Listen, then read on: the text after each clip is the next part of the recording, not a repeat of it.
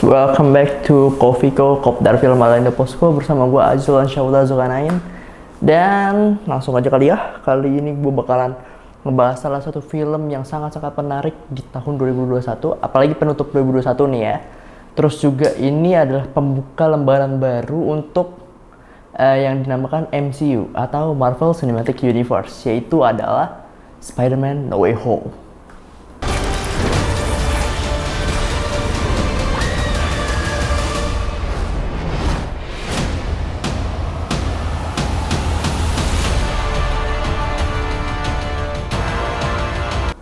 Oke, jadi Spider-Man No Way Home itu sebenarnya gimana sih ceritanya? Sebenarnya gue tertarik banget ya pas pertama kali trailer ini muncul gitu, kayak menggambarkan sebanyak apapun teori yang kalian punya, tetap aja gitu bakalan dipatahin sama si MCU ini ya, atau Sony Pictures ini kan, karena kan Spider-Man mulai membuka dirinya untuk MCU gitu, agar film Spider-Man ini terus berkembang dan terus muncul dan lanjutannya gitu. Langsung aja ke inti ceritanya nih. Jadi ini lanjutan dari Far From Home, dimana pas terakhirnya kan si Mysterio yang sebelum meninggal dia kan nyebutin kalau atau ngungkapin diri Spider-Man itu adalah Peter Parker gitu. Dan oleh sebab itu Peter Parker jadi orang yang paling dicari di seluruh dunia gitu, atau kayak yang paling dicari lah, atau wantednya gitu di seluruh dunia, dia dicari gitu, sampai yang dia tahu gitu atau sahabat-sahabatnya, orang yang peduli sama dia itu juga diincar gitu. Dan dari situ sendiri muncullah konflik-konflik di mana kayak awalnya dia nganggap kayak ya udahlah gue biasain aja gitu, ya udah orang-orang udah mulai tahu gue, ya udah gitu, ibarat kayak orang-orang tahu Iron Man gitu menurut dia, tapi kayak persepsi orang-orang ke dianya itu beda gitu. Satunya ada yang pro dengan Spider-Man, satu juga ada yang pro dengan Mysterio sendiri gitu, atau ada yang membela Mysterio sendiri sebagai pahlawan, padahal di sini atau di Far From Home sebelumnya Mysterio adalah seorang penjahat ya. Dari situ sendiri muncullah kayak orang-orang atau sahabat-sahabat dia, ada yang seiring waktu memanfaatkan keadaan dia gitu, memanfaatkan dia yang lagi trending atau dia yang lagi dicari orang-orang gitu, karena dirinya adalah Spider-Man gitu. Tapi ada juga seperti kayak Ned, Zendaya, terus juga Bibi May, dan juga Happy Hogan juga, dia itu semuanya malah membantu Spider-Man gitu buat mencari kayak tempat persembunyian dan segala macamnya gitu, sampai akhirnya si Spider-Man ini tahu nih gimana caranya buat ngilangin atau buat orang itu ya lupa akan dirinya gitu, yang sebenarnya dirinya itu ada Spider-Man. Jadi dia minta bantuan ke Doctor Strange. Nah, di sini Doctor Strange yang berada di Sanctum Sanctorium. Nah, kalau kalian bingung ya sebenarnya ya, di sini si Doctor Strange ini masih menjadi kayak murid sih sebenarnya sih. Pas diceritanya sendiri kayak karena dia kayak kena snapnya Thanos gitu dan dia hilang selama 5 tahun. Jadi si Wong-nya itu jadi kayak petinggi di sana lah, di Sanctum Sanctorium lah. Jadi si Wong-nya ini juga berjalan-jalan kemana-mana sekarang. Jadi Wong ini sendiri nggak terlibat lah dalam film Spider-Man No Way Home ini gitu. Yang terlibat adalah si Benedict Cumberbatch-nya atau si Doctor Strange-nya ya. Si Doctor Strange sendiri ini ingin membantu Peter Parker, si Tom Holland. Dia ini ingin membantu Peter Parker dengan cara orang itu biar lupa akan dirinya gitu, dengan mantra atau sihir yang buat orang itu lupa akan dirinya. Dari situ sendiri gitu, Peter kayak coba deh semua orang lupa kecuali pacar gue. Terus malah kayak ngegagalin atau ngerusak mantranya dari Doctor Strange sendiri yang membuat kekacauan yang lebih parah. Ternyata semua musuh multiverse yang di film Spider-Man semuanya, entah itu Spider-Man Sam Raimi, entah itu Spider-Man-nya si Andrew Garfield atau The Amazing Spider-Man gitu, semuanya itu pada muncul ke universe-nya Peter Parker atau universe-nya Tom Holland ya, atau universe MCU lah gitu, pada muncul ke sana gitu. Nah, di sini mulai titik konflik utamanya, di mana dia atau si Peter Parker sendiri harus gimana caranya gua itu harus membalikan semuanya lah gitu. dengan suatu konflik yang banyak banget sih. Sebenarnya sih konfliknya banyak banget ya, tapi kalian nonton aja sendiri ya, karena gue nggak mau spoiler di sini. Yang tadi gue ceritain adalah sekilas dari trailernya sendiri, cerita trailernya sendiri. Pasti kalian udah tahu lah gitu pemerannya, si Spider-Man siapa, si MJ siapa, si Nednya siapa ya. Nggak usah gue sebutin juga ya, karena di sini masih banyak pemeran-pemeran pembantu atau pemeran-pemeran pendukung yang masih tetap, dan juga banyak juga pemeran-pemeran yang baru gitu. Oke, gue masuk ke para villain-villainnya di sini. Para villains-nya sendiri di sini, pertama Green Goblin, itu udah muncul di trailer. Kedua adalah si Doc Ock, Dr. Otto Octavius, itu juga muncul di trailer. Terus juga ada Lizard, atau kita bisa bilangnya kadal ya. Ada juga Electro, ada juga Sandman. Kelima villain itu sendiri muncul tuh semuanya di situ tuh. Gue lupa sih lima kayak ya. Yang nggak ada itu ya Vulture nggak ada, atau Scorpion nggak ada. Terus juga si Kingpin juga nggak ada gitu. Terus juga si ya lumayan banyak sih, Mister Negatif juga nggak ada di situ. Dari situ sendiri pokoknya villain-villainnya ini ingin membasmi atau ingin kayak ada salah satu dari mereka yang pengen menguasai energi dari sana atau dari universe sana, atau ingin menguasai universe sana. Ada juga yang pengen balik sebenarnya gitu dari ke keluarganya segala macam, kayak Sandman gitu. Misalkan Sandman kan dalam cerita terakhir Sam Raimi kan dia kan pergi ya ke keluarganya kan. Dia kan pergi ke keluarganya, dia juga kayak ya udahlah pergi gitu, maksudnya tanpa ingin sangkut bautnya lagi sama Spider-Man gitu. Di sini sendiri si Sandman sendiri malah dia itu kayak, gue pengen balik nih, gimana caranya gue balik gitu. Dia itu pengen begitu. Nah, masuk ke gue yang sukanya, masuk ke adegan-adegan yang menurut gue favorit banget adalah adegan dimana kayak pertama adegan si Spider-Man bertarung lawan si Stephen Strange atau Doctor Strange. Itu adalah salah satu kekuatan dari Spider-Man yang nggak bisa gitu dikalahin Doctor Strange, yaitu adalah matematika atau otaknya dia gitu. Di situ sendiri gue kayak nggak nyangka sih sebenarnya sih, kok bisa ya Spider-Man itu berpikiran seperti itu. Mungkin emang karena dia pintar banget sih ya, Peter Parker itu kan pintar banget gitu kan. Dan juga kayak sebenarnya agak-agak bingung sih ya gue ya, karena Stephen Strange-nya sendiri di sini udah memunculkan kekuatannya begitu besar, dia juga udah membuat mirror dimension dan segala macamnya gitu. Tapi di sini malah dia kalah sama Spider-Man gitu dengan egonya Spider-Man sendiri. Nah, yang kedua adalah ini sebenarnya spoiler. Yang kedua adalah ya lu tau lah scene sedihnya. Kalau kalian udah nonton, kalian pasti tahu scene sedihnya itu di mana gitu.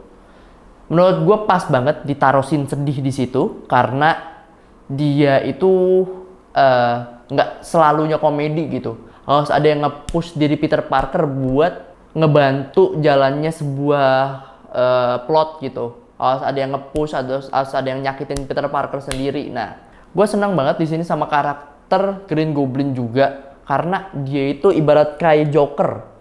Dia itu kalau di DC itu ibarat kayak Joker banget lah gitu. Walaupun dia itu sebenarnya punya dua kepribadian ya, Goblin sendiri sama si Norman Osborn. Di sini kayak dia itu punya dua kepribadian, dan si Goblin ini munculnya itu kayak tiba-tiba aja gitu. Terus pas dia muncul kayak susah banget ngalahin Green Goblin gitu, yang notabene dia itu adalah manusia biasa ya.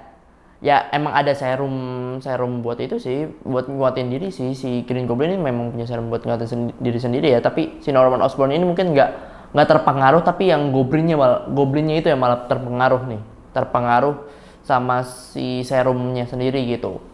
Nah, dari situ sendiri kayak itu yang membangun Spider-Man buat kayak nge-push dirinya lagi. Gue itu harus nyelesain misi yang gue udah lakuin gitu. Gue itu harus punya gitu suatu motivasi buat kayak gue bisa maju lagi gitu. Nah dari situ sendiri gue masuk ke yang gue kurang sukanya sih sebenarnya sih.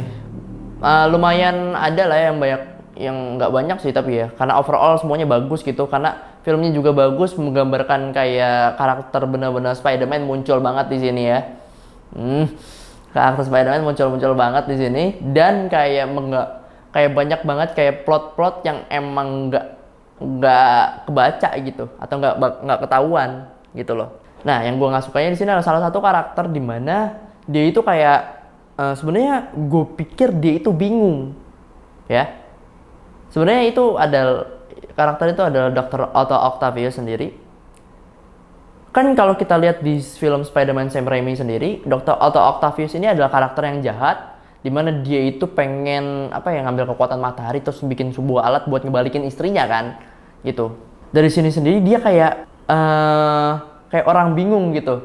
Pas pertama dia muncul, yang di jembatan itu, yang itu adalah kalau di bawah jembatan itu adalah sebenarnya kalau di universe-nya Sam Raimi atau universe-nya Tobey Maguire, Spider-Man yang pertama, itu adalah kayak laboratorium milik Dr. Octavius gitu. Tapi di situ nggak ada sama sekali, jadi dia bingung banget. Oke lah, itu gue ngerti kenapa dia bingung segala macam gitu. Terus dia playing dengan Spider-Man kayak berantem segala macamnya sampai dia kayak terpengaruh sendiri. Tapi di sisi lain gitu, saat dia udah dikalahin terus dia udah masuk ke dalam penjaranya gitu, dia kayak, hah gue di mana sih? Hah gue siapa sih? Hah gue kenapa sih gitu loh. Terus yang muncul itu adalah ya emosinya doang gitu. Padahal di film Spider-Man yang pertama atau Spider-Man-nya Tobey Maguire, dia itu kayak villain yang menurutku pinter dan paling wow gitu maksudnya. Dia itu paling kayak memberikan plot-plot yang kayak anjir lah gitu. Kalau dia nggak ada juga kayak ya nggak apa-apa sebenarnya di sini ya di No Way Home ini ya. Kalau dia nggak ada sebenarnya juga nggak apa-apa karena nggak terlalu menarik di plot ini juga gitu maksudnya.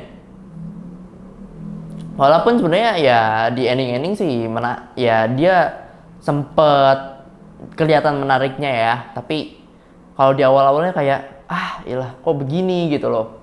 Terus juga ada yang gue sesalin di mana adalah CG dari scene pertama, awal-awal scene Spider-Man No Way Home ini sendiri, di mana CG-nya itu kelihatan banget pas dia berayun ke sana kemari, pas dia gendong si MJ kan karena buat nyelidungin MJ sendiri, dia ke sana kayak pas berayun ke sana kemari kayak kok CG-nya kok kelihatan banget gitu, kayak benar-benar editannya gitu. Mungkin harus diperhatikan lagi ya kalau dari MCU-nya sendiri ya, karena ya itu mungkin kesalahan yang lumayan fatal sih sebenarnya sih di scene pertama loh. Kalau scene pertengahan atau yang hampir ending juga ya mungkin nggak apa-apa gitu, tapi ini scene pertama banget gitu maksudnya. Oke, kita masuk ke teori-teori liar nih. Teori-teori liar dari Spider-Man No Way Home. Kalau menurut kalian atau kalau menurut viewers di rumah, mungkin sebagian besar menurut kalian ini adalah Spider-Man Endgame dari Spider-Man. Kalau menurutku enggak sih. Sebenarnya enggak. Ini sebenarnya kayak bukan Spider-Man Endgame sendiri ya. Karena walaupun segitu besarnya itu atau segitu excitednya atau segitu fenomenalnya ini film, tapi kayak ada yang kurang gitu kalau nggak ada satu ini loh gitu. Kayak ada yang gitu, harusnya ada dia gitu. Walaupun sebenarnya dia ada sih, tapi cuma di akhir-akhir doang gitu. Dan juga nimbulnya pertanyaan banget. Nah itu dia yang gue bingung sebenarnya itu. Harusnya si salah satu orang ini yang gue bisa sebutin sebenarnya sih namanya, karena filmnya udah ada juga sih. Filmnya itu ya ada Venom Let There Be Carnage ya, si Venom inilah sendiri ya. Venom ini tuh kayak scene-nya atau kebagi scene-nya itu cuma dikit banget gitu. Harusnya ya diperbanyak lah, atau harusnya dia itu ya kesana gitu maksudnya. Tapi dengan dia yang begitu doang gitu scene-nya, terus juga kayak udahlah gitu. Menurut gue kayak basi banget gitu maksudnya. Kalau nggak ada dia kayak belum endgame gitu, karena kayak yang bisa nge-copy Spider-Man ya cuma dia gitu maksudnya. Kayak musuh kopiannya Spider-Man ya cuma dia gitu. Kalau nggak ada dia kayak kurang banget sebenarnya. Walaupun ada si musuh-musuh yang lainnya ya, tapi kayak kurang aja gitu maksudnya. Nah dia kan juga punya solo film sendiri gitu. Maksudnya kalau nggak disatuin kayak kurang aja. Mungkin bakalan disatuin entah kapan ya. Tapi gue mungkin agak mengikuti sih sebenarnya sih, kayak harus ngikutin banget ya gitu. Terus juga teori selanjutnya adalah dimana pas kebukanya kayak retakan-retakan di dunianya Spider-Man nih gitu. Itu yang paling seru banget sih sebenarnya sih. Itu paling gua kayak excited banget buat nungguin apa yang selanjutnya di Spider-Man ini. Spider-Man terakhir dan Spider-Man lanjutannya ini ya gitu. Mungkin juga berhubungan sama Spider-Verse yang akan tayang di 2022 gitu. Yang Spider-Man-nya saya itu yang Miles Morales lah. Mungkin akan ada di situ gitu. Mungkin akan ada musuh yang dari situ keluar atau gimana gitu, atau ada spell-spell dikit gitu. Menariknya di sini adalah Spider-Man No Way Home ini membuka jalan ke berbagai film-film MCU berikutnya ya, seperti Multiverse of Madness-nya milik Doctor Strange yang bakalan kayak dimulai dari sini loh, dengan dia sering menggunakan mantra-mantra yang berkaitan dengan multiverse. Doctor Strange ini kayak dia itu ketarik gitu, mengacaukan multiverse gitu. Terus juga mungkin juga ada lanjutannya dari Loki juga di situ gitu, atau mungkin di Wanda selanjutnya, atau mungkin Thor Love and Thunder dan lain sebagainya yang berhubungan dengan multiverse. Itu bakalan berawal dari Spider-Man Endgame ini sendiri. Karena seperti yang kita tahu, Endgame untuk Spider-Man adalah awal buat MCU untuk membuat sesuatu yang baru gitu. Itu sih sebenarnya sih. Kalau dikasih rating ini adalah 9,5 ya. Karena bagus banget, beneran bagus banget, sumpah. Kalian harus nonton, viewers di rumah itu harus nonton. Karena yang tadi gue sebutin itu adalah mungkin cuma 10% atau 20% dari bagian filmnya gitu. Kalau kalian pengen nonton 100%, kalian harus nonton dengan layar bioskop dengan enak banget di situ. Karena kapan lagi kan gitu kan bisa menonton di layar bioskop yang super megah gitu. Terus menontonnya Spider-Man lagi, gila, bernostalgia bersama gitu segala macamnya, sama orang-orang teriak bareng segala macam, euforianya dapat, terus juga kebersamaannya juga dapat gitu. Oke, mungkin segitu aja dari gua Aziz Sultan Syahputra Zulkarnain tentang Spider-Man No Way Home ini. Don't forget to like, comment, and subscribe Indoposco channel, and don't forget to cek website kita di www.indoposco.id. Nah, itu dia tadi review tentang Spider-Man No Way Home. Gua Aziz Sultan Syahputra pamit undur diri. See you in the next review. Bye viewers. What's happening? They're starting to come through and I can't stop them.